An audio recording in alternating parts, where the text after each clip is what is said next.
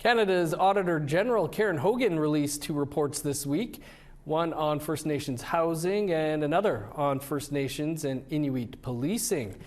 To the surprise of no one, the federal government received failing grades in both investigations. For more, our Truth and Politics panel is here to discuss. Neegon Sinclair is a columnist with the Winnipeg Free Press.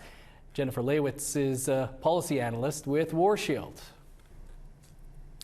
Jennifer, Neegon, thanks for being with us. 2 Auditor General reports this week when it comes to First Nations and Inuit peoples.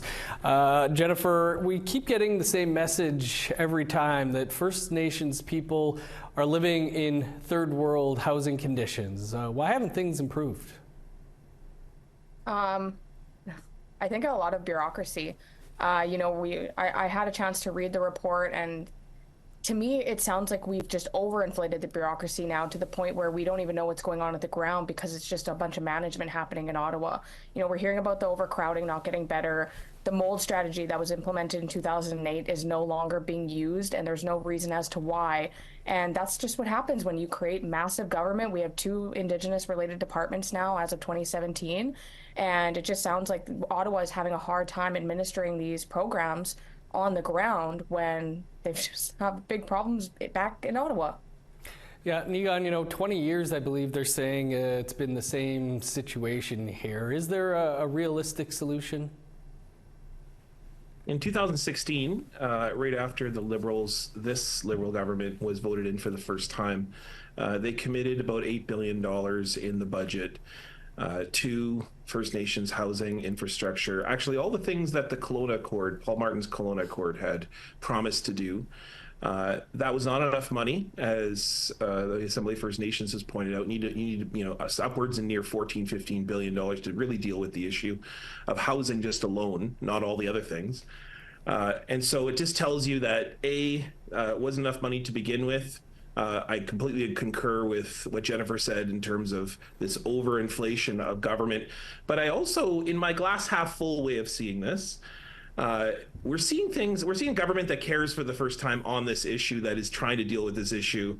And perhaps they bit off a lot more than they could chew.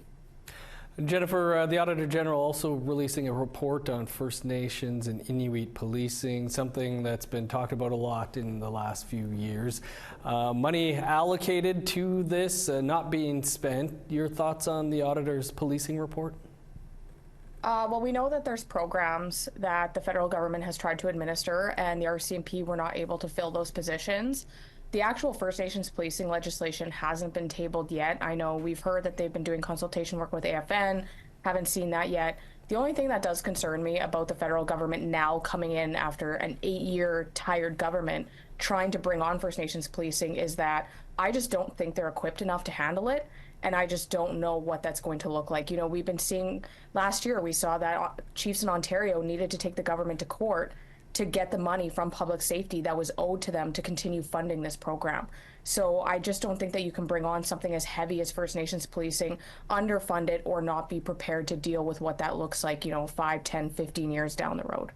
All right. Neegon, Auditor General Karen Hogan saying that the federal government and the RCMP's actions not aligned with building trust in First Nations. What's the solution there?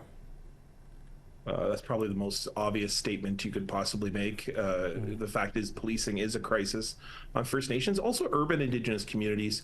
There was a big report that was released about the downtown Winnipeg just this past week of the Police Accountability Coalition. The fact is that Indigenous communities at all levels are over-policed and under-resourced.